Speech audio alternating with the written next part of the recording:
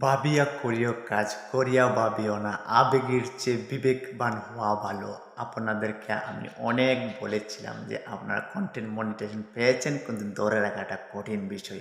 এখন দেখেন content monetization সমস্যা হয়েছে। এক ভাইয়ের আমাকে বলতেছে, "ভাই এই সমস্যাটার সমাধান।" আমি বলতেছি, "ভাই আপনি ভিডিওর মধ্যে দেখেন, কোনো পোস্টে দেখেন কোনো ধরনের ভায়োলেশন কোনো সমস্যা সৃষ্টি করছেন কিনা?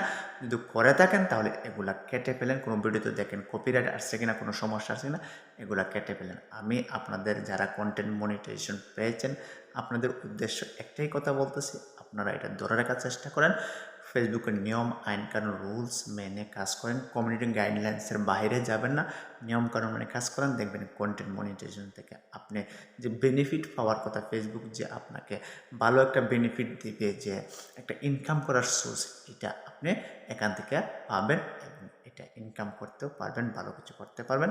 সবার জন্য শুভকামনা রইল, ভালোবাসা রইল। সবাই সুস্থ থাকুন, ভালো থাকুন। অসংখ্য ধন্যবাদ ভিডিওটা দেখার জন্য।